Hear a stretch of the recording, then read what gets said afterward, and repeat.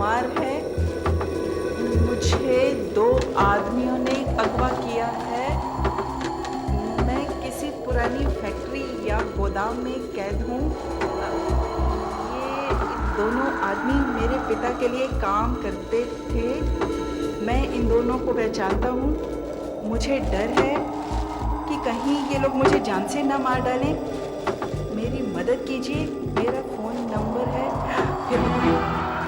ये तो पुलिस को देना होगा।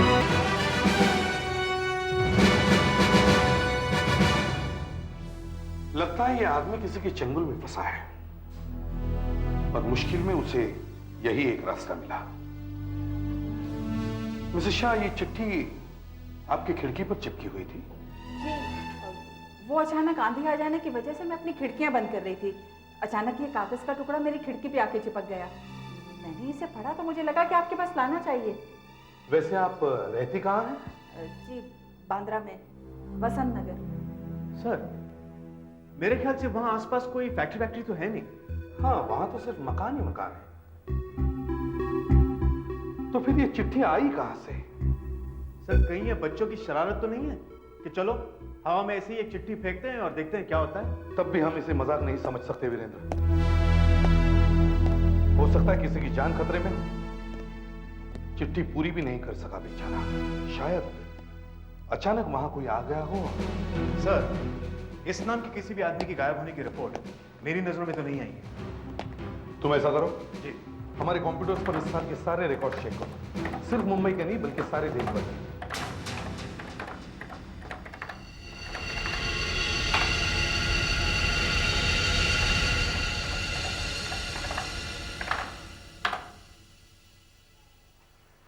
मुंबई में तो कोई पवन कुमार दिखाई नहीं देता है जो गायब हुआ है। बाकी के शहरों में क्या हाल है? बाकी के शहरों का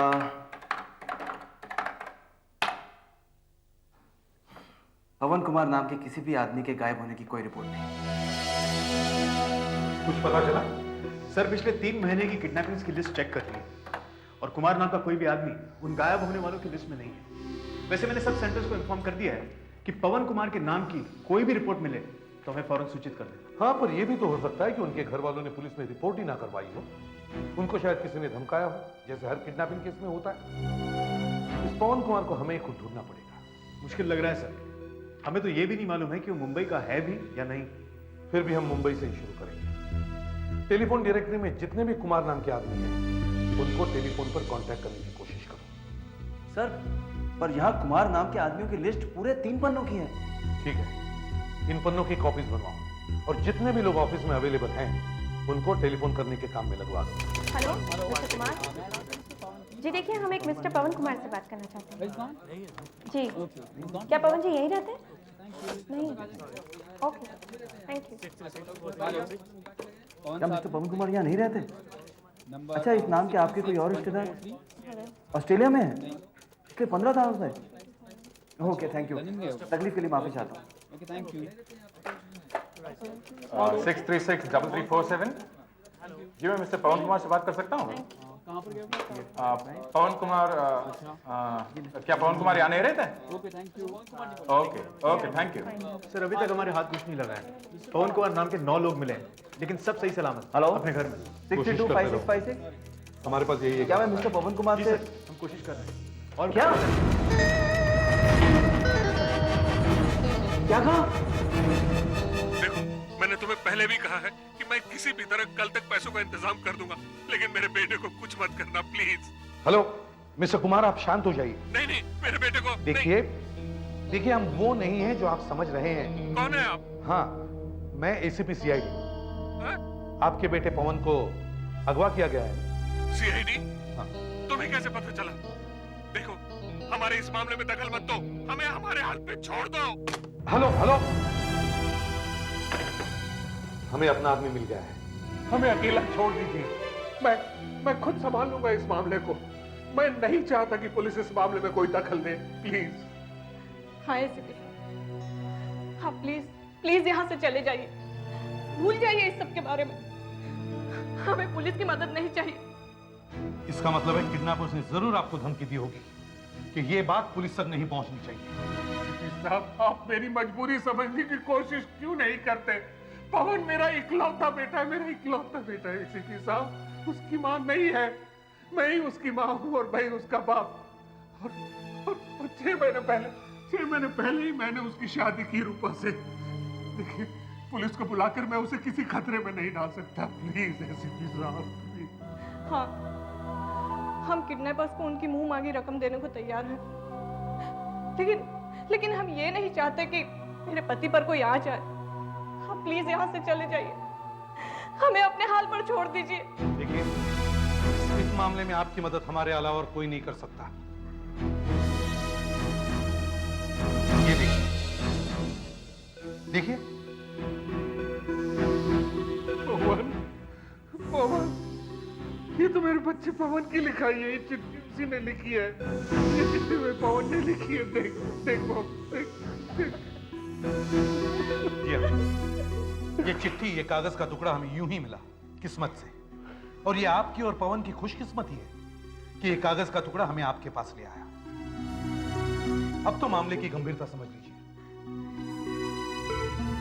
अगर उन दोनों को जरा भी शक हुआ कि पवन उन दोनों को पहचानता है, तो पैसे मिलने के बाद भी वो पवन की जान ले सकते हैं।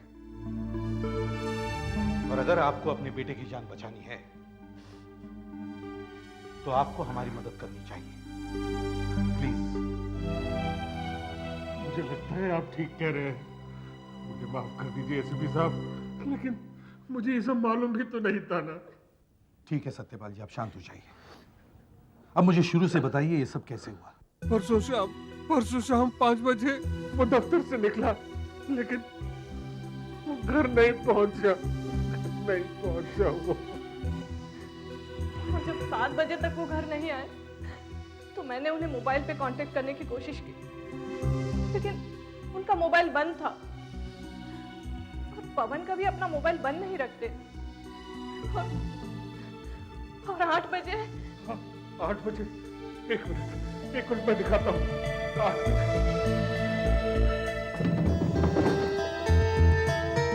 और ये देखिए, कल रात किसी ने खिड़की से ये पत्थर फेंका और साथ में ये खत भी था।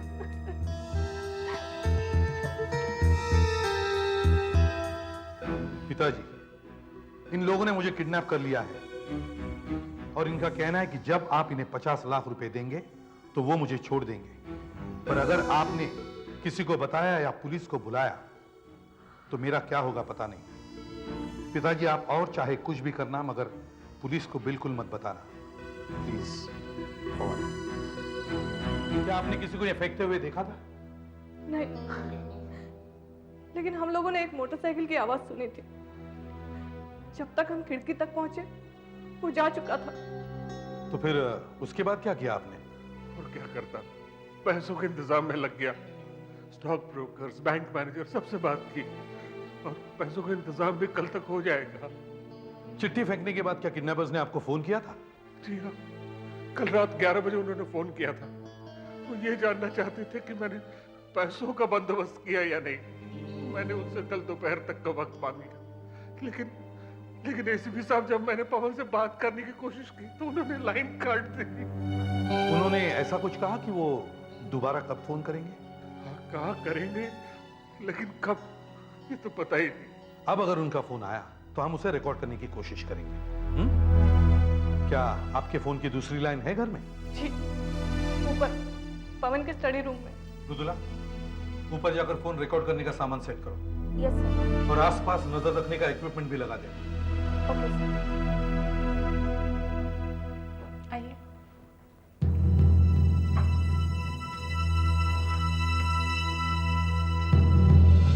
ये है पवन का स्टडी रूम। यहाँ से घर का मेन गेट और सड़क दिखाई देती है? जी। गुड।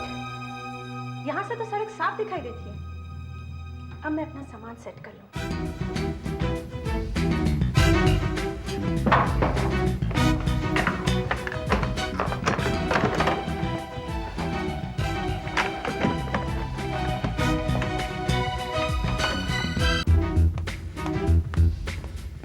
सर, सब कुछ सेट हो गया है।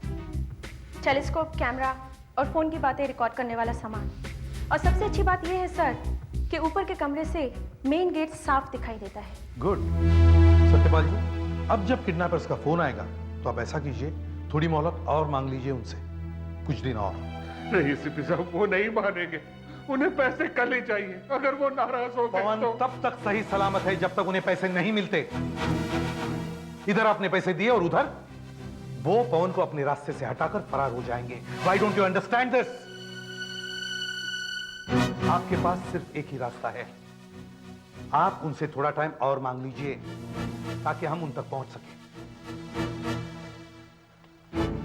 मृदुला यहीं रहेगी, वो फोन रिकॉर्ड करेगी और घर के आसपास भी नजर रखेगी। मैं अपने ऑफिस जाता हूं, हो सकता है ये कागज हमें पवन तक पहुंचा सके। Don't worry Satyapal ji. Mridula, take care and be alert. Yes sir. भगवान, ये हमारे साथ ही क्यों हो रहा है? कहाँ है मेरा बच्चा पवन?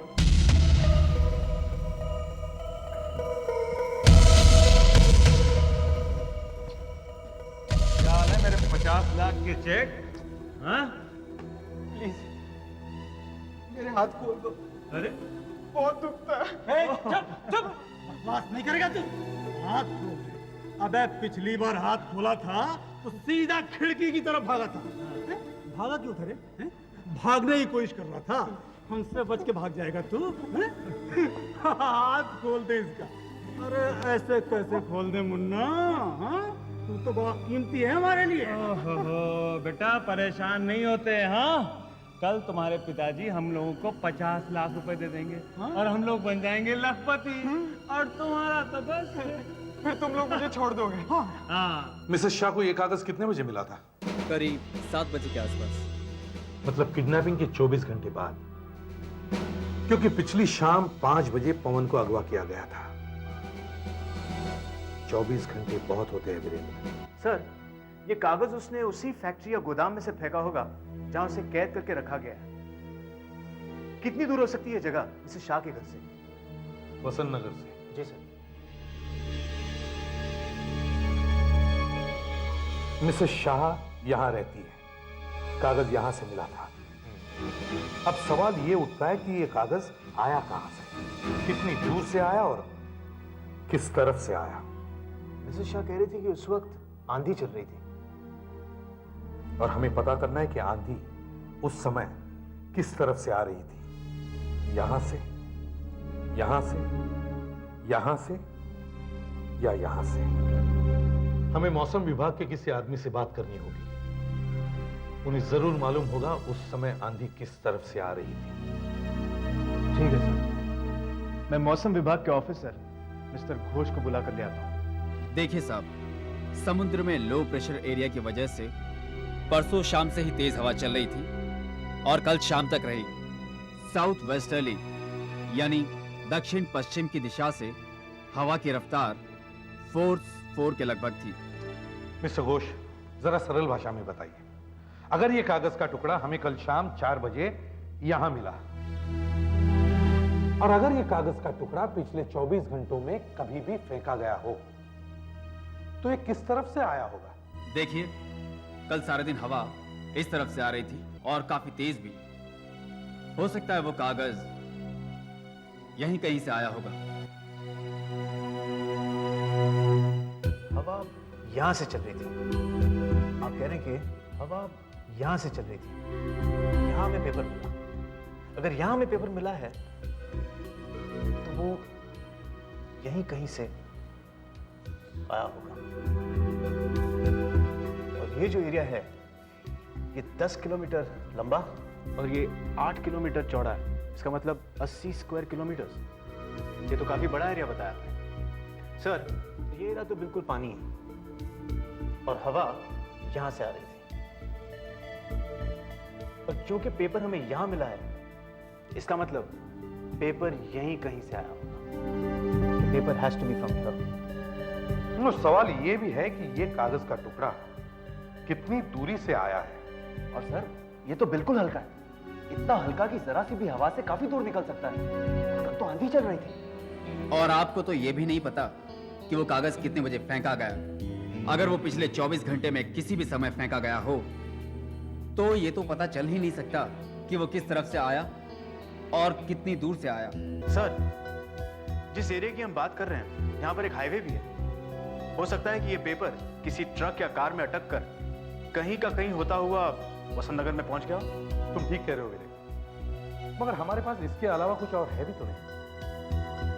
एक काम करो, तुम लोग पता करो कि इस एरिया में कितने फैक्ट्रीज और गोदाम ऐसे हैं जो या तो खाली पड़े या बंद पड़े। यस सर, मगर आपको लगता नहीं कि हमें वक्त बहुत लगेगा और वही हमारे पास नहीं है? हाँ, पर कोई और सुराग मिलने तक हम कुछ कर भी तो नहीं सकते। हो सकता है मृदुला को ही कुछ पता चल गया।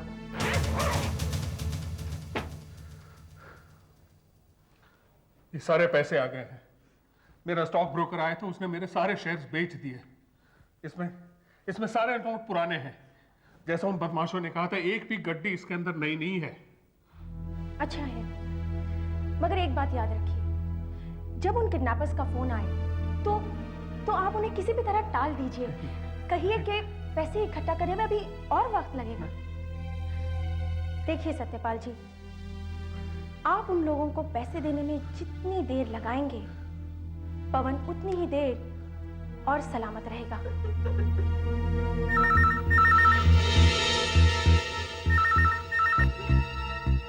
Hello hello. हाँ बड़ाऊ, रुपयों का इंतजाम हो गया? नहीं, देखो मुझे थोड़ा वक्त और चाहिए सारे पैसों का इंतजाम करने के लिए, प्लीज। अबे तुझे अपना लड़का सही सलामत चाहिए कि नहीं? नहीं, देखो तुम मेरे बच्चे को कुछ मत करना प्लीज। तुम्हारे पैसे चाहिए ना, तुम्हें मिल जाएंगे तुम्हारे पैसे सारे। प्लीज मेरी बात समझने की कोशिश करो। इतने सारे पैसे मैं कैसे इंतजाम कर दूं एक दिन में? सारे शेयर्स बेचने हैं, मार्केट की हालत बहुत खराब है। देखो प्लीज, एक दिन, सिर्फ एक दिन का वक्त मुझे दे दो, तुम्हें तुम्हारे पैसे मिल जाएंगे। प्लीज प्लीज देखो, मेरे बच्चे को कुछ मत करना, मैं तुम्हारे हाथ जोड़ता हूँ प्लीज। देख, ये चालाकी तुझे और तेरे बेटे को बहुत महंगी पड़ेगी। समझ रहा है ना तुम्हें क्या कह रहा हूँ? Hello hello hello. कोई बात नहीं, आपने उसे काफी देर तक फोन पे लगाए रखा था। इतनी देर में तो टेलीफोन एक्सचेंज वालों को उसका नंबर पता चल गया होगा। मैं भी फोन करती हूँ। Hello, telephone exchange, sub inspector Mridula here, CID. जी हाँ, उसी नंबर के बारे में फोन किया है। अभी अभी यहाँ एक फोन आया था। कौन से नंबर से आया था? हाँ, मैं होल्ड करती हूँ। हाँ, क्या मोबाइल से किया था? नंबर 9820041440, 9820041440। और हाँ, ये सर्वेलेंस जारी रखना। अब हम इन लोगों को, क्या हुआ? कुछ नहीं हो सकता, कुछ पता नहीं चलेगा। मगर क्यों? हमारे पास उन लोगों का नंबर है। हाँ है, लेकिन मुझे ये भी पता है कि ये किसका नंबर है। किसका है? ये मेरे बेटे पवन का मोबाइल फोन नंबर है। ये लोग पवन का मोबाइल यूज कर रहे हैं। बहुत चालाक है ये दोनों। कहीं हम उनका फोन ट्रेस न कर लें, इसलिए उन्होंने पवन के मोबाइल से फोन किया।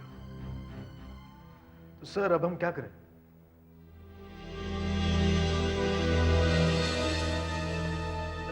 फिलहाल हमारे पास सिर्फ ये दो कागज हैं। एक ये कागज जिस पर किडनैपर्स ने 50 लाख रुपए मांगे, और दूसरा ये कागज जिस पर पवन ने मदद मांगी। वीरेंद्र, ये दोनों कागज तुम फोरेंसिक लैब में लेके जाओ। पता करवाओ ये कैसे कागज है, इनकी स्याही की भी जांच करवाओ। पता लगाओ इन कागजों में क्या खास बात है। शायद हमें पता चल जाएगा कि ये कहां से खरीदे गए हैं। कुछ दिख रहा है क्या? हाँ, कोशिश कर रहा हूं। अबे मकरन, घर में तो बस बुढ़ाऊ के अलावा अपने बकरे की बीवी है। और ये नई लड़की कौन है?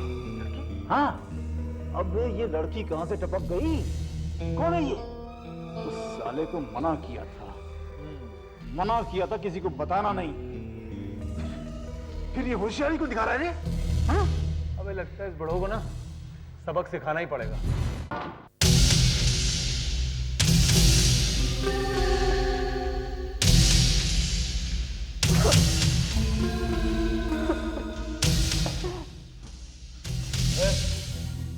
तेरे घर में वो लड़की कौन है? कौन है वो लड़की? बोल बोल बोल। मैं नहीं जानता। किसकी बात कर रहे हो? अच्छा, देख, दाल में कुछ काला है। कुमार ने आज हम लोग को 50 लाख रुपए देने का वादा किया था, फिर वो देर क्यों कर रहा है? क्या पता यार, वो शायद ठीक कह रहा हो, क्योंकि 50 लाख की रकम कोई छोटी रकम तो होती नहीं है। और फिर वो हमसे 1 दिन की मोहलत मांग रहा है। 1 दिन की मोहलत देने में हमारा क्या जाता है? ना, कोई चक्कर है, वो जानबूझकर झूठ बोल रहा है। तेरा क्या मतलब है? उसने पुलिस की मदद ले ली है? अरे हाँ, वो लड़की कहीं पुलिस वाली तो नहीं है? एक तरीका है जिससे सब कुछ पता चल सकता है कि वहां पे क्या हो रहा है। बोल बोल बोल। ए, तेरे बाप का वो स्टॉक ब्रोकर है ना, उसे तू जानता है ना? अबे जानता तू? बोल ब्रोकर को फोन लगा, बस पूछ उससे कि तेरे बाप ने उसको शेयर बेचने के लिए कहा है कि नहीं, बस कितना टाइम लगेगा ये? जल्दी। हेलो मिस्टर मेहता, मैं पवन कुमार बोल रहा हूँ। मेरे पिताजी कुछ शेयर बेचना चाह रहे थे। क्या उन्होंने आपसे इस बारे में कोई बात की है? वैसे तो मैं भी हैरान रह गया कि 50 लाख रुपए उनके शेयर्स एक साथ क्यों बेचना चाहते हैं। कुछ समझ में नहीं आया। मैंने उनसे कहा कि थोड़ा रुक जाओ, पर वो माने ही नहीं। उनको पैसे नकद चाहिए थे। और वैसे मैं आज सुबह खुद जाकर उनको 50 लाख रुपए दे आया, और वो भी पुराने नोट जैसे उनको चाहिए थे। ठीक है मिस्टर मेहता, मैं थोड़ा जल्दी में हूँ, मैं आपसे बाद में बात करता हूँ। वैसे चिंता की इसका मतलब ये हुआ कि पैसे उस हरामी को मिल चुके हैं और वो हमें बेवकूफ बना रहा है। हमें इससे एक बात और भी साफ हो जाती है कि ये सारा मामला वो पुलिस को बता चुका है और वो हम लोग को जानबूझकर देर करा रहा है। फोन। हेलो बुढ़ाऊ, जानता मैं कौन बोल रहा हूँ? हाँ, पहचानता मेरी आवाज खुशबू? हाँ, बोल रहा हमसे? नहीं, मैं झूठ नहीं बोल रहा हूँ। हमें सब पता चल चुका है। रुपए तुम्हारे पास पहुंच चुके हैं। अभी तुम्हारे शेयर दलाल से बात हुई है हमारी। और सुनो, हमारे मना करने के बावजूद आखिर पुलिस को खबर कर दी ना तुमने? पुलिस? नहीं तो। अच्छा, तुम्हारे घर में वो लड़की कौन है? वो मेरी भतीजी है, मृदुला। अच्छा, कहाँ से आई है? नासिक से। एक मिनट बुढ़ाऊ, 1 मिनट। हाँ, तेरे घर में जो तेरी चचेरी बहन आई है नासिक से, क्या नाम है उसका? नाम बोल, बैग खोपड़ी उड़ा दूंगा। नाम बोल। वैसे तो मेरी 3-4 बहनें हैं। नाम। प्रीति, उषा, लता। नाटक नहीं, चुप।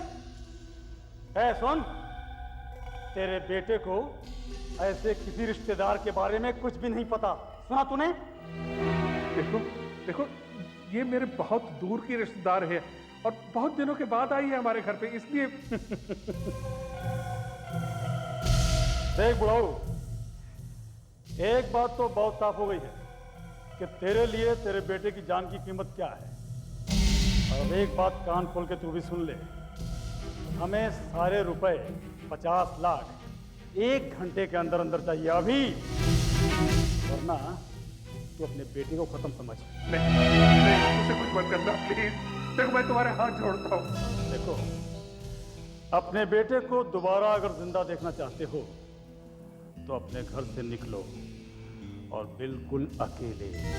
और हाँ, 50 लाख रुपए साथ लेना मत भूलना।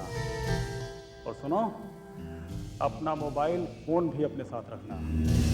मैं तुम्हें थोड़ी थोड़ी देर में खबर करता रहूंगा कि कहां से कहां पहुंचना है। और एक बात और सुनो, अगर तुमने या तुम्हारे पुलिस वालों ने चालाकी की कोई भी कोशिश की ना, तो इस बार तुम अपने बेटे को मुर्दा घर में पाओगे। मुर्दा घर में, समझ गए?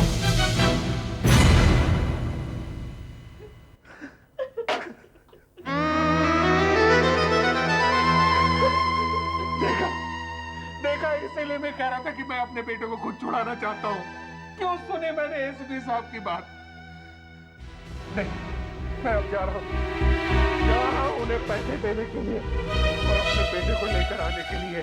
देखिए सत्यपाल जी, अगर आप उन लोगों को ये पैसे देंगे तो वो पवन को खत्म कर देंगे। और अगर नहीं दिए ना तो भी वो उसे मार डालेंगे। नहीं, बस मैं जा रहा हूँ उन्हें पैसे देने के लिए, और भगवान के लिए मेरा पीछा मत कीजिएगा, वरना मेरे बेटे की मौत की जिम्मेदार आप होंगी।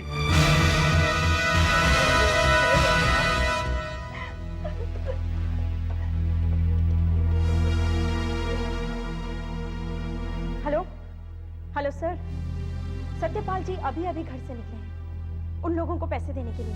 क्या कह रही हो बेटा? सत्यपाल पैसे लेकर उन लोगों को देने के लिए निकल पड़ा है? उफ, कहाँ गया वो? कुछ पता नहीं सर। ठीक है, हमारे पास वैसे भी वक्त बहुत कम है। सर, वो 2 चिट्ठियां जो हमने आपको जांच करने के लिए दी थी, उनके बारे में कुछ पता चला? हाँ, देखिए ये एक चिट्ठी जिस पर किडनैपर्स ने पैसों की मांग की थी, ये तो एक आम कागज है, शहर की किसी भी स्टेशनरी की दुकान पर मिल जाए। कहां से लिया होगा ये कहना जरा मुश्किल है। और स्याही जिससे ये चिट्ठी लिखी गई है? वो तो एक आम बॉल पॉइंट पेन की इंक है। ऐसे पेन शहर के हर फुटपाथ पर मिलते हैं। और वो कागज जिसे पवन ने फेंका था, वो ये कागज बहुत काम का है, क्योंकि इसकी इंक तो आम बॉल पॉइंट पेन की है, लेकिन ये कागज आम नहीं। मतलब ये एक न्यूज प्रिंट है, यानी वो कागज जिस पर अखबार, न्यूज़पेपर्स छपते हैं। मगर ऐसा लगता तो नहीं कि ये किसी अखबार में से फाड़ा गया है। हाँ, आपका अंदाजा बिल्कुल सही है, क्योंकि ये न्यूज प्रिंट ऐसा है जिस पर कभी कुछ छापा ही नहीं गया, सिर्फ ये लिखा गया। लेकिन फिलहाल तो मैं आपको सिर्फ इतना ही बता सकता हूँ, क्योंकि अभी इस पेपर पर और भी बहुत सारे टेस्ट होना बाकी है। न्यूज प्रिंट ये आम आदमी को आसानी से नहीं मिल सकता, तो फिर पवन के पास अखबार का कोरा कागज कहां से आया? कहीं वो किसी प्रिंटिंग प्रेस में कैद तो नहीं? हमें किसी अखबार वाले से मिलना होगा। मॉर्निंग टाइम्स के एडिटर से मेरी कुछ जान पहचान है, मैं एसीपी साहब को उसके पास लेकर जाता हूँ। एसीपी प्रद्युमन है from CID. Please sit down. Viren, ये अचानक तुम न्यूज प्रिंट के बारे में क्यों पूछने लगे? क्या जानना चाहते हो? कोई इंक्वायरी चल रही है क्या? हाँ प्रकाश, लेकिन इस वक्त तुम ज्यादा सवाल मत पूछना, क्योंकि हम जरा जल्दी में हैं। लेकिन जैसे ये केस सॉल्व होगा, सबसे पहले इसके बारे में मैं तुम्हें बताऊंगा। ये स्कूप तुम्हें मिलेगा बॉस। देखिए, आप हमें ये बताइए कि जिस कागज पर अखबार छपता है वो शहर में कहाँ कहाँ रखा जाता है? देखिए एसीपी साहब, ये कागज कोई स्टेशनरी की दुकान में तो मिलते नहीं। वैसे हर अखबार का अपना अपना एक अलग कोटा होता है। इसके अलावा कुछ ऐसे स्टॉकिस्ट हैं जो ये कागज अपने गोदाम में रखते हैं और वही प्रेस वालों को सप्लाई करते हैं। तो ये न्यूज प्रिंट कहाँ कहाँ रखा जाता है उसकी हमें लिस्ट चाहिए, और खास करके शहर के इस एरिया में ऐसे गोदाम कहाँ हैं ये भी हमें बताइए। इस एरिया में? हाँ प्रकाश, इस एरिया में गोदाम कहाँ कहाँ पर है ये जानना बहुत जरूरी है।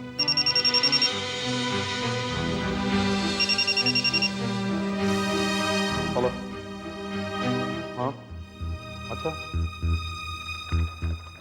वीरेंद्र सर, फोरेंसिक लैब से फोन है, फौरन बुलाया है। जो कागज आपने मुझे दिया था वो कुछ ज्यादा ही गंदा था, इसीलिए मुझे टेस्ट करने में इतनी देर लग गई। उस पर जूतों के निशान, धूल, मिट्टी, टायर्स के निशान, इतना सब कुछ था कि उसके एक टुकड़े को मुझे अलग से साफ करना पड़ा।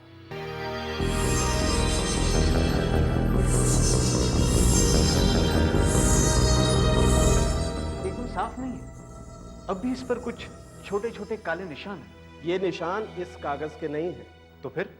ये सूट के निशान है, काली राख के, कालिक के निशान। कालिक के? और अगर मेरा अंदाजा सही है तो तो ये कागज किसी ऐसी जगह पर रखा हुआ था जहां आसपास आग लगी हो।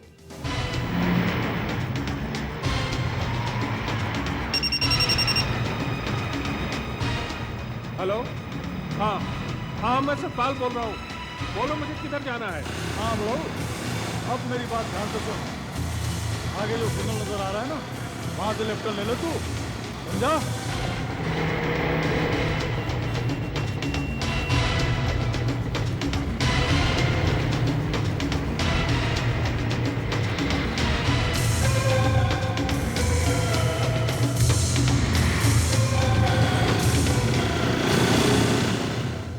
देखिए प्रकाश जी, हालात अब थोड़े बदल गए हैं। हमें कुछ और बातें पता लगी है उस कागज के टुकड़े के बारे में। आपको कुछ याद है, इस साल या पिछले साल किसी गोदाम में आग लगी हो जिसमें अखबार का कागज रखा जाता है? आग?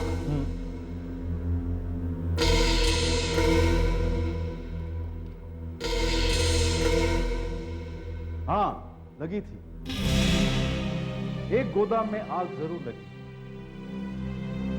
काफी भारी नुकसान हुआ था। इसके कारण एक दो मराठी और गुजराती अखबार 2 दिन तक छपे ही नहीं। अच्छा, किसका गोदाम था वो? एक मिनट। आगे एक और लेफ्ट कर रहे हैं, दिख रहा है ना? हाँ हाँ, दिख रहा है। हाँ, बस वहीं से मोड़ ले।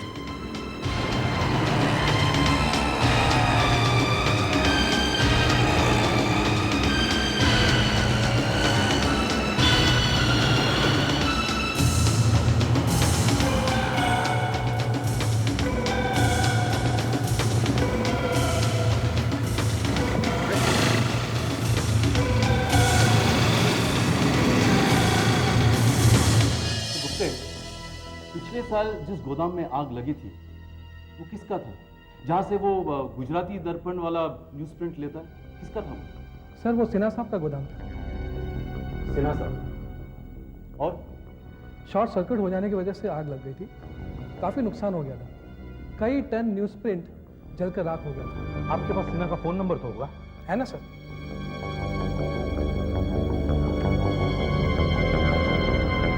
8831-243। 8831-243। हेलो, कौन बोल रहा है? मिस्टर सिन्हा, मैं एसीपी प्रद्युमन बोल रहा हूं, सीआईडी से। जी हाँ, बहुत जरूरी पुलिस इंक्वायरी है। देखिए, आपके गोदाम में आग लग गई थी और काफी न्यूज प्रिंट जल गया था, करेक्ट? हाँ, तो बचा हुआ न्यूज प्रिंट आपने कहां रखा? ओके, थैंक यू जी। नहीं, मैं आपको सब कुछ समझा दूंगा बाद में। ओके। सिन्हा ने अपना बचा हुआ न्यूज प्रिंट खार के एक फैक्ट्री में रखा है जो बंद पड़ी है। चलो, जल्दी चलो। बाइक फेंकने के लिए तैयार हो जा। हाँ। और सुन, गाड़ी को बाईं ओर रखना। अच्छा। 3 सेकंड के बाद बाइक को गाड़ी से बाहर फेंक देना। और रुकना मत। नहीं। बाइक फेंकने के बाद सीधा निकल जाना। हाँ, ठीक है। ठीक है? हाँ। अब मैं उल्टी गिनती गिनना शुरू करता हूँ। हाँ। 3, 2, 1, भाई फेंक दो।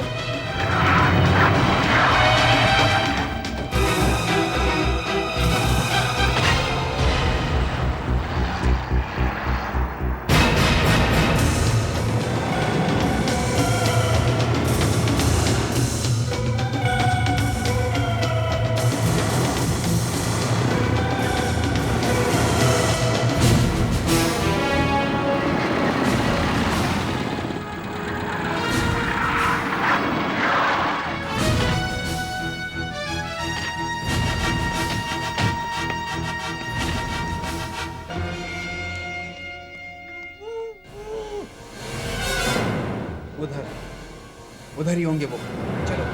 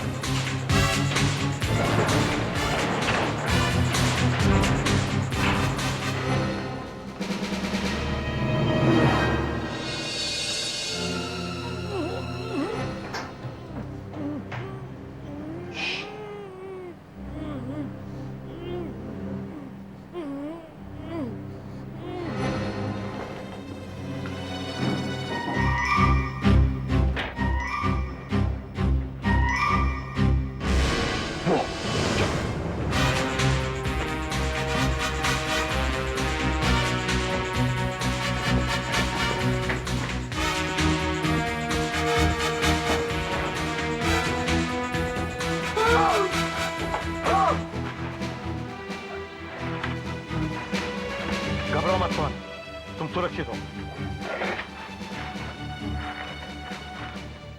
आप लोग यहाँ?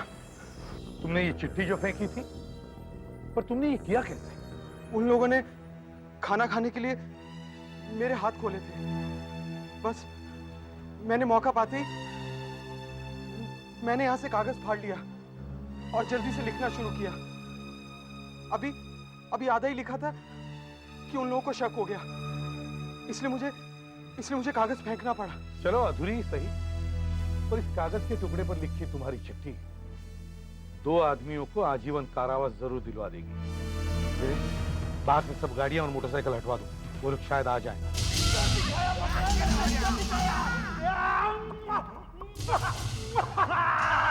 अबे जनाब मुझे भी दे भैया।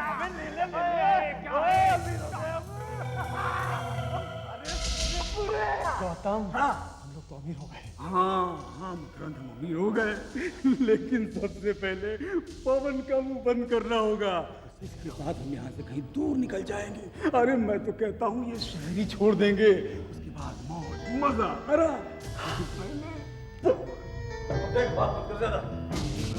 चलते उड़ा दो उसको।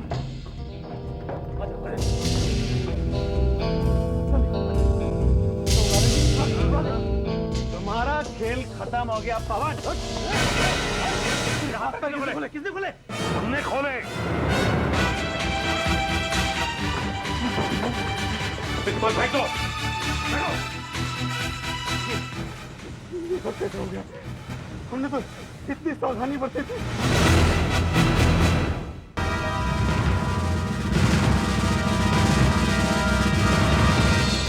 ये सारी फाइलें विक्रोली डबल मर्डर केस की है ना? Yes sir.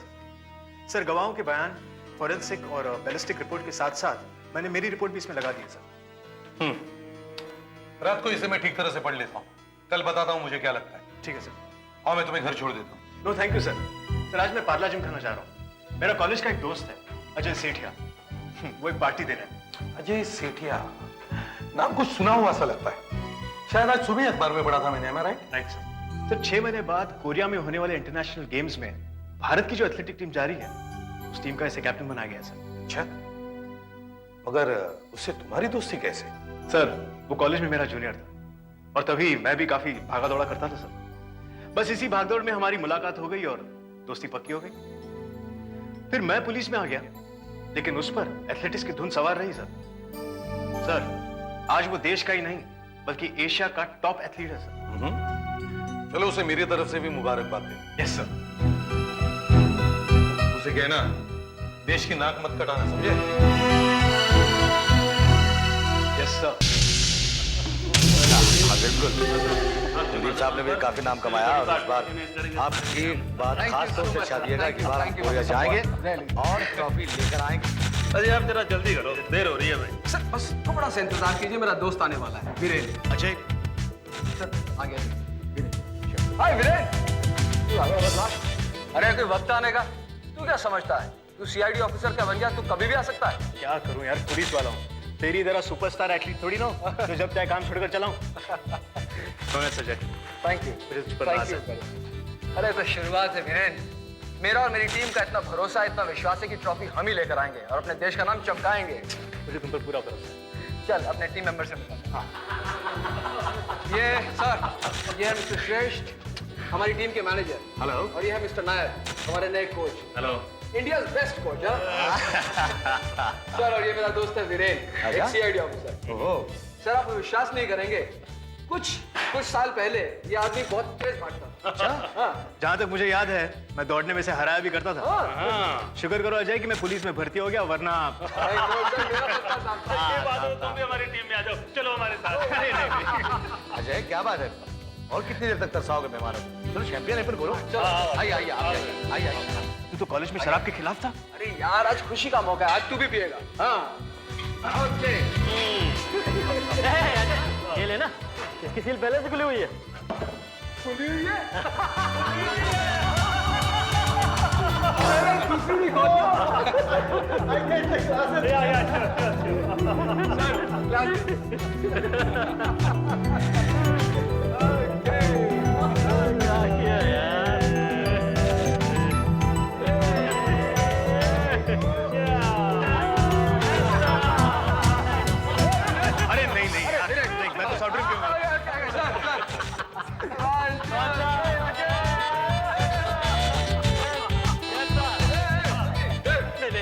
बढ़िया, मैंने पीली छोड़ दी है।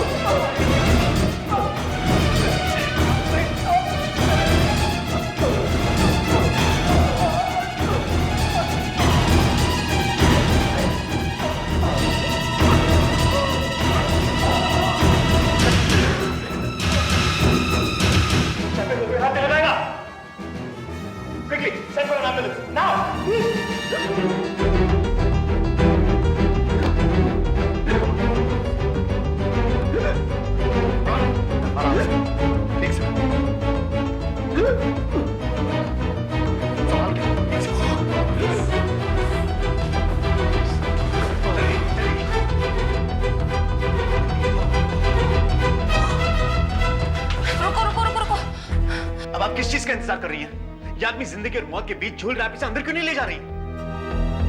इसकी अब कोई जरूरत नहीं है। क्यों? He is dead. हाँ, ये मर चुका है।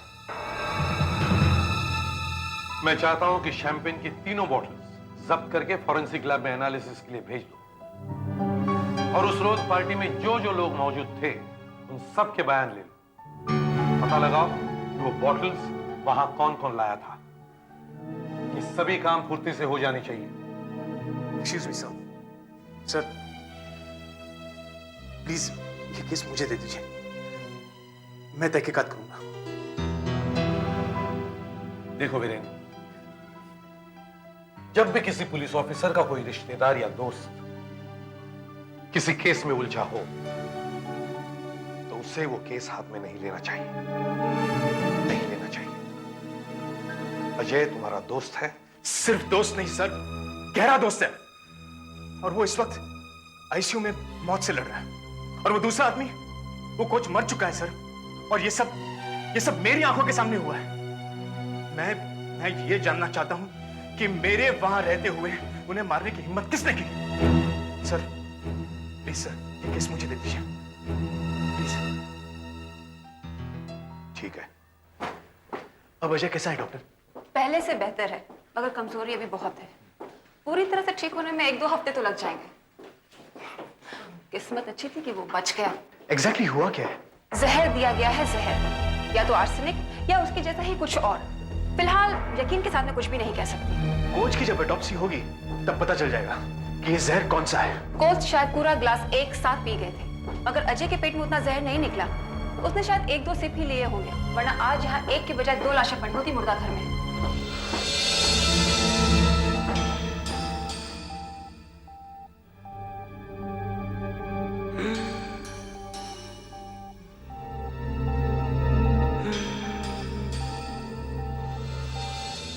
क्या मैं उससे बात कर सकता हूँ? हाँ, लेकिन थोड़ी देर के लिए। उसकी हालत अभी भी बहुत नाजुक है।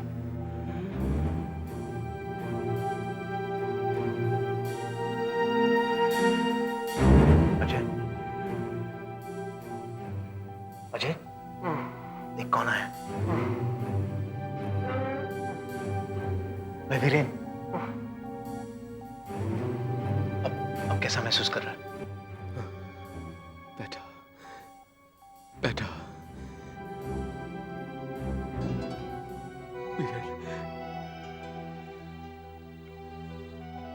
इन लोगों ने मुझे बताया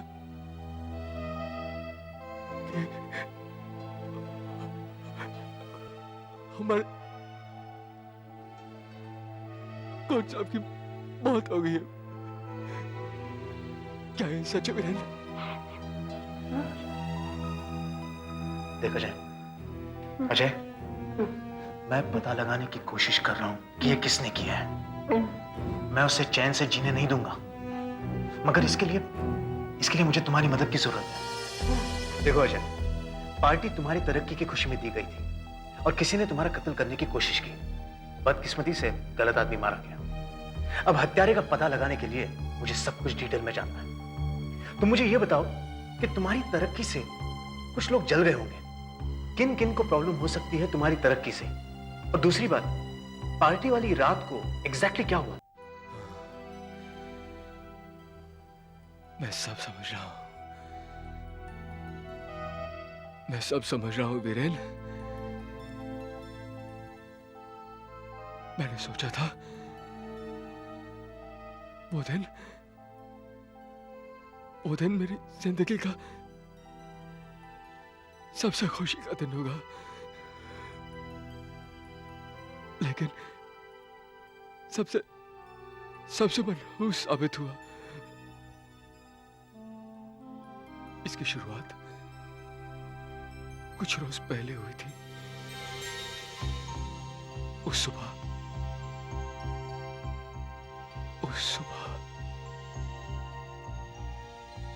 हम लोग जॉगिंग के लिए गए हुए थे। जॉगिंग के बाद हम लोग क्लब के जिम्नेजियम में गए।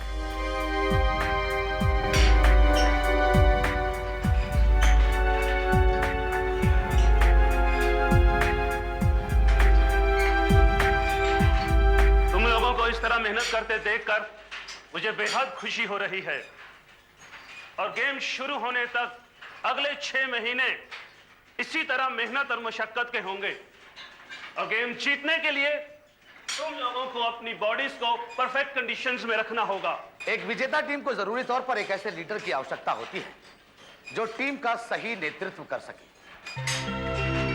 पिछले कई हफ्तों से मैं और दूसरे सिलेक्टर्स इस बारे में चर्चा कर रहे थे कि हमारी टीम का कप्तान कौन हो, और आज हमने इस बात का फैसला कर लिया है। पिछले कई सालों से मिस्टर कुलदीप हमारी टीम के कप्तान रहे हैं और उन्होंने काम भी बहुत अच्छा दिया है, मगर इस बार हमने इस बात का फैसला किया है कि यह काम किसी जोशीले नौजवान को मिलना चाहिए। और इसीलिए पिछले कई महीनों से आपकी परफॉर्मेंसेस को देखते हुए हमारी निगाह में 2 लोग हैं, मनीष और अजय। मनीष पिछले कई महीनों से बहुत शानदार दौड़ रहे हैं, मगर मिस्टर अजय उनसे काफी सीनियर हैं और हम लोगों को अपने कैप्टन के रूप में पसंद है मिस्टर अजय।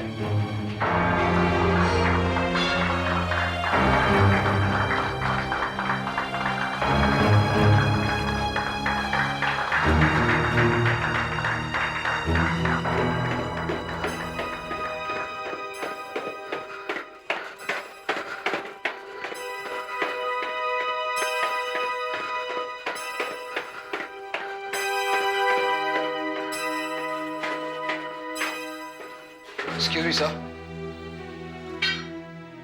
अब यह क्या लेने आया? मेरे जख्मों को और कुरेदने का इरादा है क्या? सर ऐसी बात नहीं है सर। मुझे सर कहने की कोई जरूरत नहीं। अब तो आप मेरे नए कैप्टन हैं सर, और मैं तो आपकी टीम का एक फालतू सा मेंबर हूँ। पता नहीं वो भी हूँ कि नहीं हूँ, ये तो आपके हाथ में है सर। आप ऐसी बातें क्यों कर रहे हैं सर? आप हमेशा से ही मेरे लिए सर थे और रहेंगे। आप अभी भी हमारी टीम के एक सीनियर मेंबर हैं जिनसे मैंने पिछले कुछ सालों में बहुत कुछ सीखा है। और अगर आज मैं एक अच्छा खिलाड़ी हूं तो उसकी वजह है सिर्फ आपकी गाइडेंस। और सर, अगर आज एक कैप्टन के तौर पे मैं कामयाब होना चाहता हूं, उसके लिए मुझे आपकी सलाह की जरूरत है। लेकिन अगर आप ही मेरे खिलाफ हो जाएंगे सर,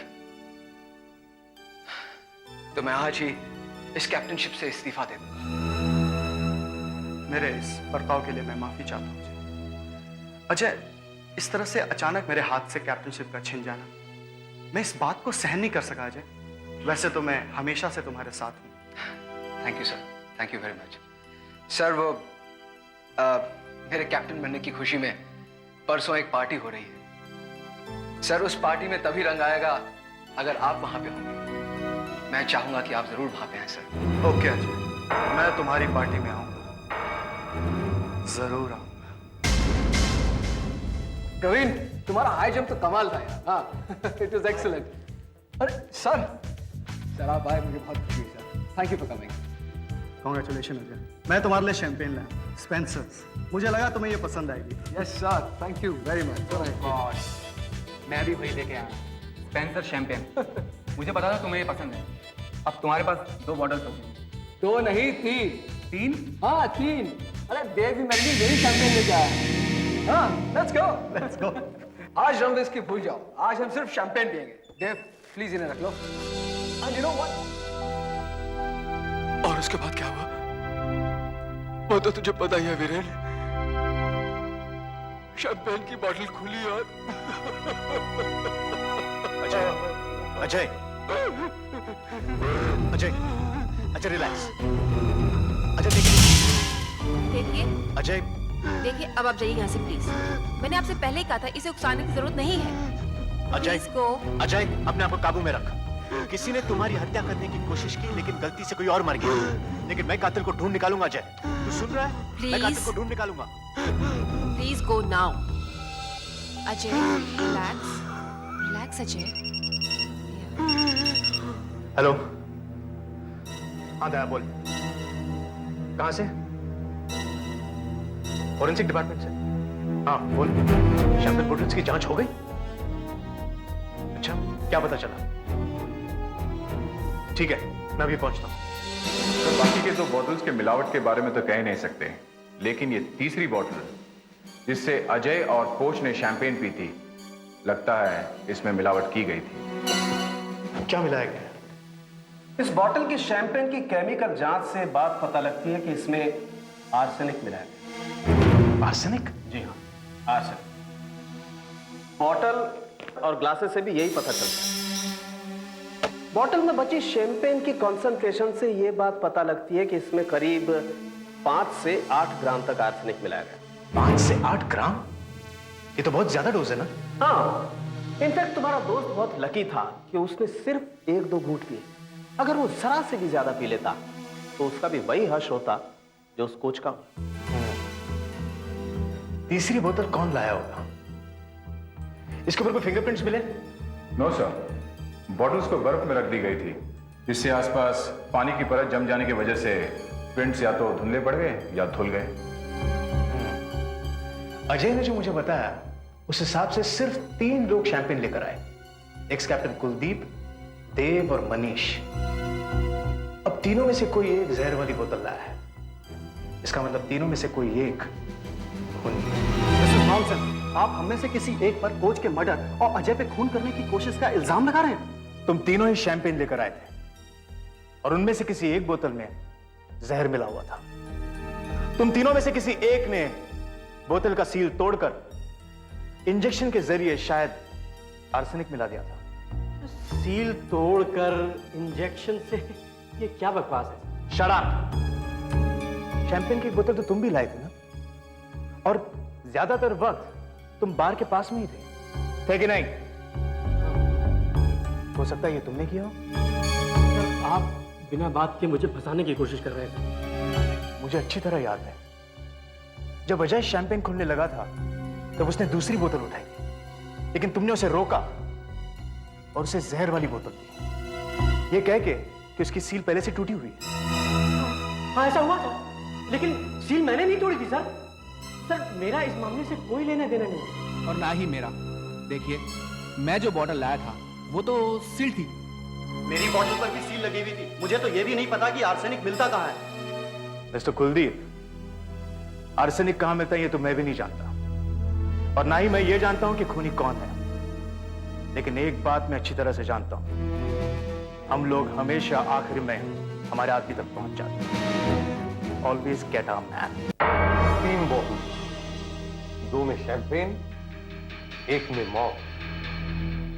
अजीब बात है सर, अलग अलग 3 आदमी एक पार्टी में आते हैं और तीनों ही एक जैसी शैंपेन की बोतल लाते हैं। तीनों बोतलें एक जैसी। अब कैसे पता चलेगा कि कौन सी बोतल कौन लेकर आया था?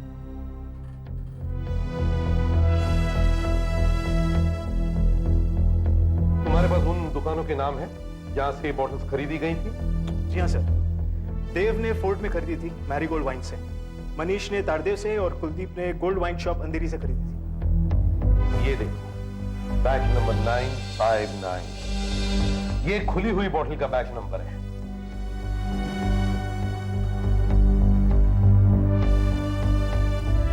और ये देखो, बैच नंबर 951, बैच नंबर 954। तुम उन तीनों दुकानों पर जाके पता लगाओ कि बैच नंबर 959 जिस बैच की ये बॉटल है किस दुकान पर रखा हुआ था। एक बार हमें ये पता चल जाए तो फिर हम ये पता लगाएंगे कि किसने ये बॉटल खरीदी थी,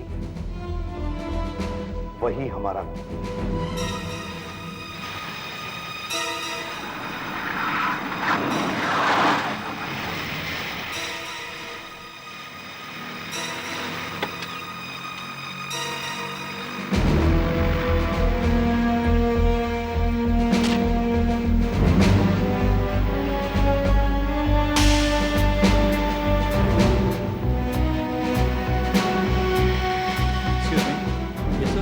देखिए, मैं इंस्पेक्टर वीरेन हूँ फ्रॉम सीआईडी।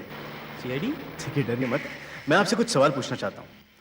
इस शहर में जो कंपनी स्पेंसर शैंपेन सप्लाई करती है, हमारी उनसे बात हो चुकी है और क्या मैं अंदर आ सकता हूँ? Please come in sir. Thank you. तो इस कंपनी ने हमें बताया कि ये शैंपेन आपको भी सप्लाई करते हैं? जी हाँ, हम लोग स्पेंसर शैंपेन रखते हैं। देखिए, ये एक मर्डर का केस है। मर्डर? डरने की कोई बात नहीं है। हम सिर्फ ये पता लगाने की कोशिश कर रहे हैं कि ये बोतल किस दुकान से आई है। जरा गौर से देखिए, इसका बैच नंबर है 959 और कंपनी ने भी हमें बताया कि इस बैच का कुछ माल आपकी दुकान पर सप्लाई हुआ था। जी हाँ, 15-20 दिन पहले ये बैच हमारे यहाँ आया था। करीब 40 बोतलें आई थी, अभी भी कुछ बची हुई हैं। देखिए, माफ कीजिए, मैं जानता हूँ कि आपके यहाँ दिन भर कितने सारे कस्टमर्स आते होंगे, लेकिन फिर भी प्लीज मेरी थोड़ी सी मदद कर दीजिए। हम ये भी पता लगाने की कोशिश कर रहे हैं कि पिछले हफ्ते किस किस ने शैंपेन आपकी दुकान से खरीदी थी। ऐसे तो बताना मुश्किल है। देखिए, मैं आपको मेरे पास कुछ फोटोज है, मैं आपको दिखाता हूँ। ये देखिए, और मुझे बताइए कि इनमें से किसी ने पिछले हफ्ते आपके यहाँ से शैंपेन ली थी?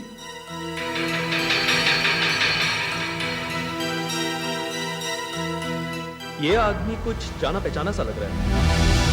हाँ साहब, इसने हमारे यहाँ से शैंपेन की बोतल खरीदी थी। अक्सर हमारी दुकान पे आता रहता है। आपको पूरा यकीन है? जी हाँ, पूरा यकीन है। ये हमारे यहाँ अक्सर आता जाता रहता है। दीजिए। Thank you. मैंने कहा था ना, he always get around, man.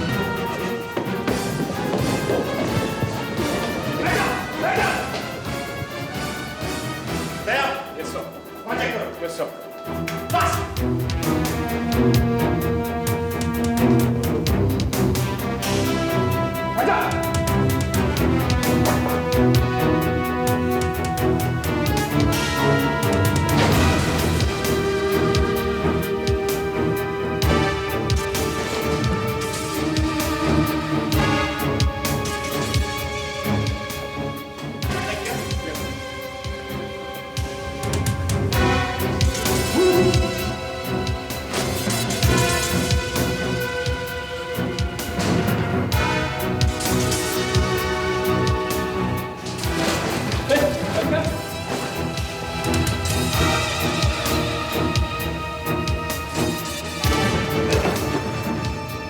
Sit down.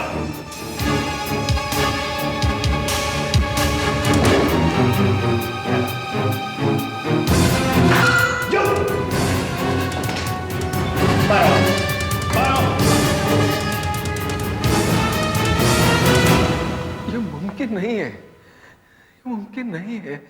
देखो, वो थोड़ा घबराया हुआ है, शायद इसलिए कि हमने इतने जल्दी उसे पकड़ लिया। वो एक बात बार बार दोहरा रहा है कि शैंपेन में जहर उसने नहीं मिला है। देव और मैं, हम बहुत अच्छे दोस्त हैं। उसे बचाने की कोशिश मत करो अजय, उस आदमी ने तुम्हारे कोच की हत्या की है। वो एक हत्यारा है और तुम्हारी भी हत्या करना चाहता था। मुझे बताओ क्यों? देव कभी बहुत अच्छा एथलीट हुआ करता था। वो मुझसे भी तेज भागता था, लेकिन वक्त के साथ सब कुछ बदल गया। आज से ठीक 6 महीने पहले एक एक्सीडेंट में उसकी पत्नी चल बसी। उसके बाद देव बिल्कुल बदल सा गया। उसने सिगरेट, शराब सब कुछ पीना शुरू किया। पर उसमें एक ही अच्छी आदत थी, गार्डनिंग की। उसकी बुरी आदतें छूट जाए, मैंने उसे बहुत समझाने की कोशिश की, मगर उसने मेरी एक बात नहीं मानी। उसकी परफॉर्मेंस दिन ब दिन गिरती जा रही थी। जब मैं कैप्टन बना तो उसने सोचा कि मैं उसे टीम से निकलवा दूंगा। इसीलिए मैं जब उसे पार्टी के लिए बुलाने गया तो वो मेरे साथ बहुत बुरी तरह से पेश आया। बाद में वो मेरे घर पर आया और उसने अपने बर्ताव के लिए मुझसे माफी भी मांगी और ये भी कहा कि वो मेरी पार्टी में आएगा। और वो आया भी। उसने मेरी बहुत मदद की। बाहर तो उसी ने संभाली ना वीरेन? संभाली, मैं जानता हूं उसकी वजह। लेकिन वीरेन, हमारे बीच एक छोटी सी तकरार हुई थी। कोई इतनी छोटी सी बात के लिए किसी की हत्या कर देता है क्या? हो सकता है। अच्छा, तुमने बताया कि वो गार्डन में काम कर रहा था। बेहद शौक। मैं तो यूं ही कहूंगा कि गार्डनिंग उसकी जिंदगी थी।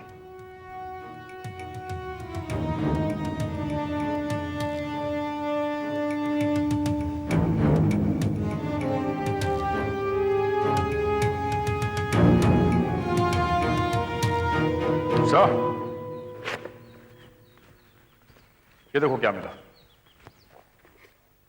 इंसेक्टिसाइड, कीड़े मारने की। गुड दैट, इसे फॉरेंसिक लैब भेजो। Yes sir.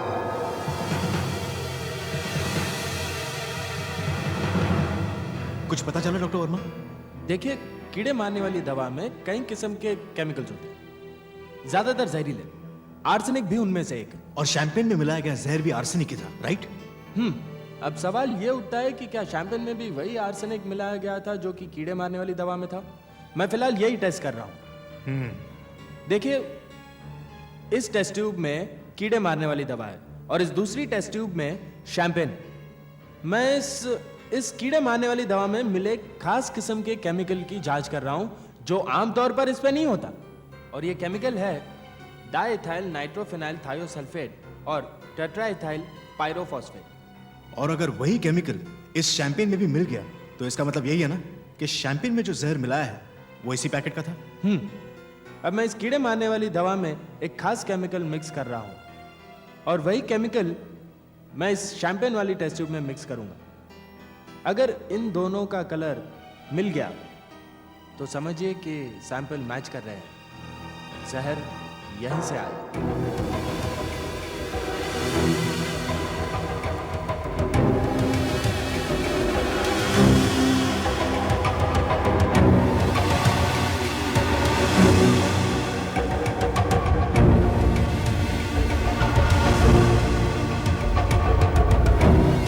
हाँ, ये जहर इस कीड़े मारने वाली दवा में से ही आया। सारे सबूत यही कहते हैं कि खूनी तुम ही हो, क्योंकि अजय की वजह से शायद तुम्हारा करियर बर्बाद होने जा रहा था। अजय और उस कोच की वजह से। नहीं, ये सब मैंने नहीं किया है। कोई तो है जो मुझे इसमें फंसाने की कोशिश कर रहा है। वो ऐसे दिखाना चाह रहा है। हाँ, वो ऐसे दिखाने की कोशिश कर रहा है जैसे ये सब मैंने किया है। कौन हो सकता है? हाँ, और कोई नहीं है, वो तुम ही हो। तुम्ही ने वो बोतल खरीदी और उसमें जहर मिलाया। और ये वो जहर है जो कीड़े मारने वाली दवाई में होता है। डाइथाइल नाइट्रोफिनाइल थायोसल्फेट और टेट्राइथाइल पायरोफॉस्फेट। और तुम्ही ने वो बोतल अजय को दी जबकि वहां पर दूसरी बोतलें थी। मेरे लिए तो तुम ही खूनी हो।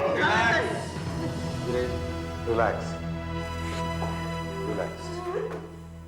देखो, तुमने तुम्हारा काम कर दिया। You have got your man. Ajay, 1 या 2 हफ्ते के अंदर ही तुम्हें इस व्हीलचेयर के सहारे की जरूरत ही नहीं पड़ेगी। और देखना, तुम खुद फिर अपने पैरों पर चल फिर सकोगे।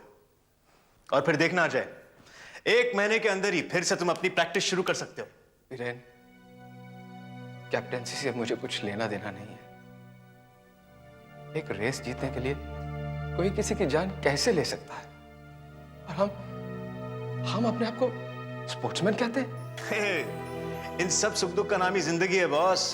अजय, जिंदगी में ऐसे उतार चढ़ाव तो आते ही रहते हैं। अब तुम इन सब बातों को भूल जाओ और आगे की सोचो। अरे, तुम्हारे कुछ लेटर्स आए हैं, देखोगे? नहीं, जरूरी नहीं होंगे। कुछ बिल्स हैं, ये एथलेटिक एसोसिएशन से कुछ लेटर है, अरे फैन मेल भी है,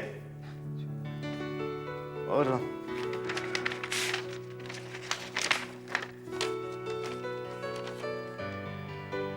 नेशनल लाइब्रेरी से तुम्हारे लिए लेटर है।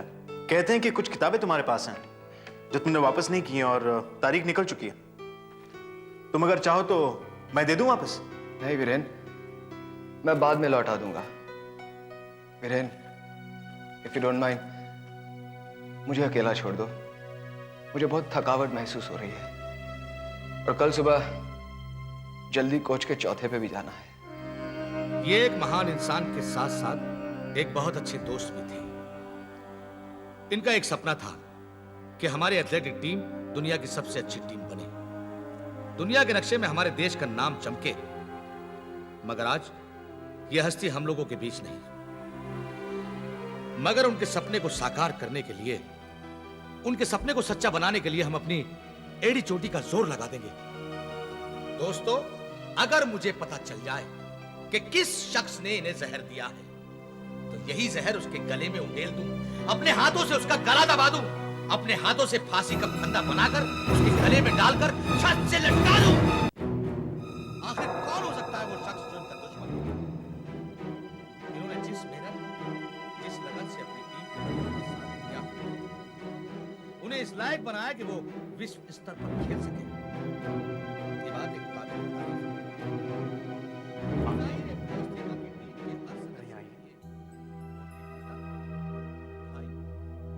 जी, ये जो बोतलें यहाँ रखी हुई शैंपेन की, किसने रखी है यहाँ? कौन पीता है ये शराब? वैसे तो साहब कभी कभार ही पीते थे, लेकिन जब भी पीते थे यही वाली पीते थे। उन्हें हमेशा ये वाली शैंपेन ही पसंद थी। और कौन जानता है ये बात? जो साहब को जानते हैं सभी को मालूम है।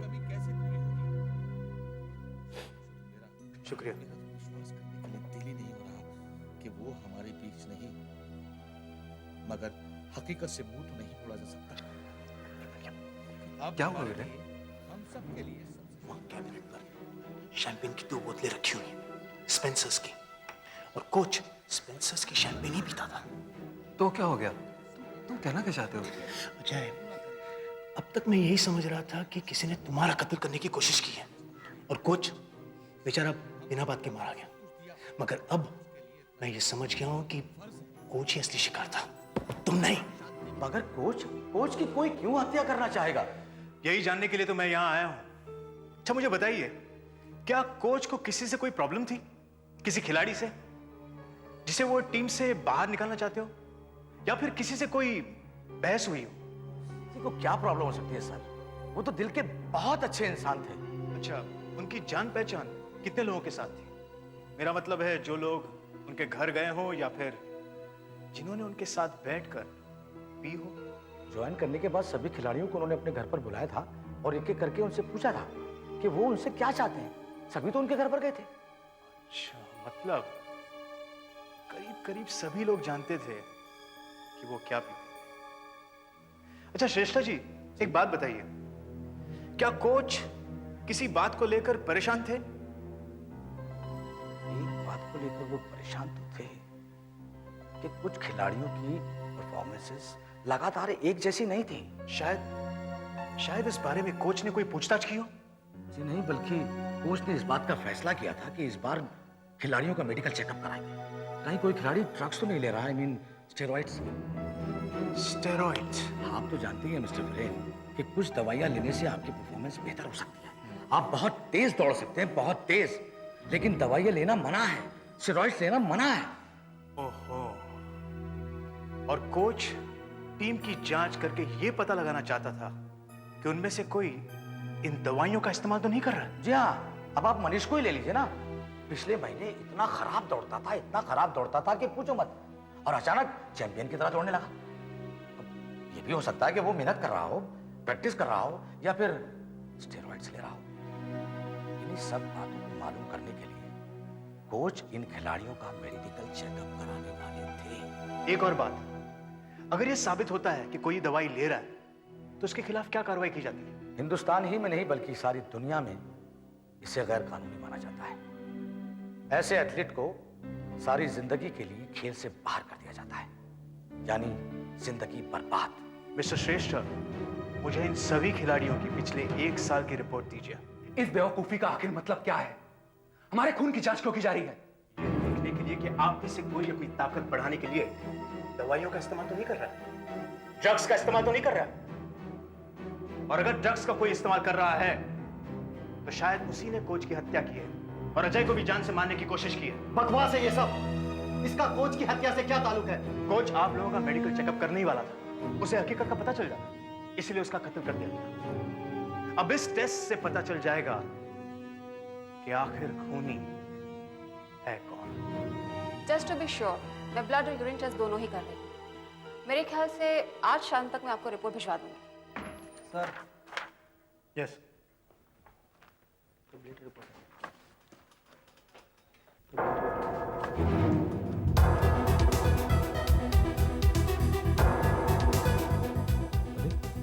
इन सब खिलाड़ियों की खून की जांच तो नेगेटिव है। इसका मतलब इन खिलाड़ियों में से कोई भी खिलाड़ी नशीली दवाई नहीं ले रहा है।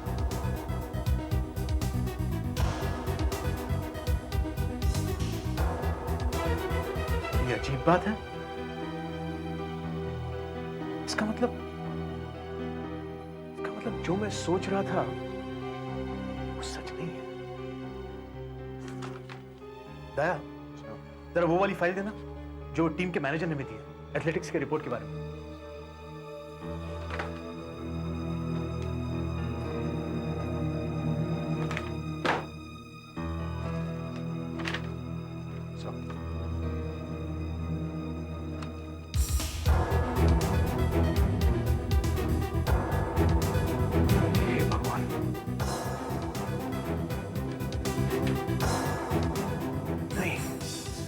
ऐसा कैसे हो सकता है?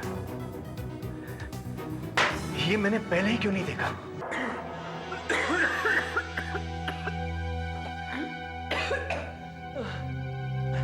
वीरेन,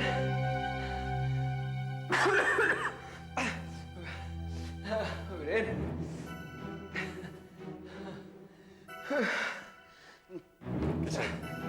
अरे अभी भी बहुत कमजोरी है। क्या बात है वीरेन? तो कुछ परेशान सा लग रहा है। अजय, कोच का खून देव ने नहीं किया है। क्या? मैंने तुझे ठीक ही कहा था ना? हाँ, और मैंने भी ठीक ही कहा था। खूनी तुम्हें जान से नहीं मारना चाहता था, उसे बल्कि कोच को खत्म करना था। भला कोई कोच की हत्या क्यों करेगा? क्योंकि कोच सभी खिलाड़ियों का मेडिकल चेकअप कराना चाहता था। उसे यह पता लगाना था कि कोई ड्रग्स तो इस्तेमाल नहीं कर रहा, कोई दवाइयां तो नहीं ले रहा है, और इसीलिए इसका खून कर दिया गया। और आज मैंने उन सभी खिलाड़ियों की मेडिकल जांच करवाई है। तो क्या पता चला? उनमें से कोई स्टेरॉइड्स लेता है? ये रही उनकी रिपोर्ट, खुद ही देख लो। कातिल कौन है ये तुम्हें पता चल जाएगा। मगर वीरेन, इनमें से तो अभी की रिपोर्ट नेगेटिव आई है। इससे कैसे पता चलेगा कि खूनी कौन है? ये तो मेडिकल रिपोर्ट है वीरेन। हाँ, ये एक मेडिकल रिपोर्ट है और इस लिस्ट में खूनी का नाम नहीं है। क्यों? क्योंकि खूनी का टेस्ट हुआ ही नहीं, क्योंकि वो बहुत कमजोर है। उस पर आर्सेनिक के जहर का असर है और उसका इलाज चल रहा है। कुछ समझ में आया? मतलब तुम कहना चाहते हो कि हाँ, तुम खून तुम्ही ने किया है। ये क्या मजाक है यार? ये मजाक नहीं, हकीकत है। जो आदमी टीम से बाहर निकाला जाने वाला था, वो अचानक टीम का कैप्टन बन गया। तुम पिछले 2 महीने में अचानक तेज भागने लग गए। कैसे? क्योंकि तुम स्टेरॉइड लेने लग गए थे। यार मेरी जान लेने की कोशिश की गई, मुझे जहर दिया गया और तुम हो के मुझे पर इल्जाम लगा रहे हो? नहीं, तुम्हें किसी ने जहर नहीं दिया था। वो जहर तुमने खुद लिया था, मगर बहुत थोड़ा, जिससे तुम मरे नहीं, सिर्फ थोड़े से बीमार पड़ गए। मुझे उसी दिन समझ जाना चाहिए था, जिस दिन मैंने वो लाइब्रेरी का लेटर देखा। जिस आदमी को कभी जिंदगी में पढ़ने का शौक ही नहीं था, उस आदमी के घर में इतनी सारी लाइब्रेरी की किताबें। तुम किताबें पढ़ रहे थे, लेकिन टॉक्सिकोलॉजी पर, जहर विज्ञान, क्योंकि तुम ये पता लगाना चाहते थे कि एक इंसान कितना आर्सेनिक ले सकता है जिससे वो सिर्फ बीमार पड़ जाए लेकिन मरे नहीं। और ये है तुम्हारी किताबों की लिस्ट। वीरेन, तुम्हें कोई गलतफहमी हुई है? गलतफहमियां तो सब दूर हो गई अजय। कुलदीप, मनीष और देव के कान में भी तुम्ही ने बात डाली थी कि तुम्हें स्पेंसर शैंपेन बहुत पसंद है, और इसीलिए एक के बाद एक सभी वही बोतल लेकर आने लग गए, स्पेंसर शैंपेन। और देव जिस बोतल को लेकर आया था, उसमें तुमने चुपके से इंजेक्शन के जरिए जहर मिला दिया। कौन सा जहर? वही जहर जो देव अपने बगीचे में इस्तेमाल करता था। अजय, अब कल मैं तुम्हारा ब्लड टेस्ट कराऊंगा, और मुझे यकीन है कि इसका नतीजा स्टेरॉइड्स के लिए पॉजिटिव ही होगा, और शायद तुम भी इस बात को मानते हो। हाँ, मैं मानता हूं मैंने ड्रग्स लिए। मैं मानता हूं कि मैंने कोच का खून किया, लेकिन वीरेन, मेरी बात समझने की कोशिश करो। मैं टीम से निकाला जा रहा था, स्टेरॉइड्स लेने से मेरी परफॉर्मेंस अच्छी हो गई। अगर इस बात का कोच को पता चल जाता, वो मुझे टीम से बाहर निकाल देता, मैं बर्बाद हो जाता वीरेन, हो जाता। और वो कोच मेरी जिंदगी तहस नहस करने वाला था, इसलिए उसका खून करना जरूरी था। वीरेन, तू ये केस को खत्म कर दे वीरेन, मेरे लिए प्लीज वीरेन, प्लीज। इतना सब बुझाने के बाद तुम चाहते हो मैं तुम्हें छोड़ दूं? प्लीज वीरेन, मुझ पर रहम कर वीरेन, रहम कर। मैं जानता हूं एक सच्चा पुलिस ऑफिसर है, लेकिन सिर्फ एक बार वीरेन, अपने उसूलों को समझौता कर अपनी आंखों को मूंद ले वीरेन। मुझे छोड़ दे वीरेन, प्लीज मुझे छोड़ दे वीरेन, प्लीज मैं जेल में सड़ जाऊंगा Viren. Help me please Viren, help me Viren, please help me.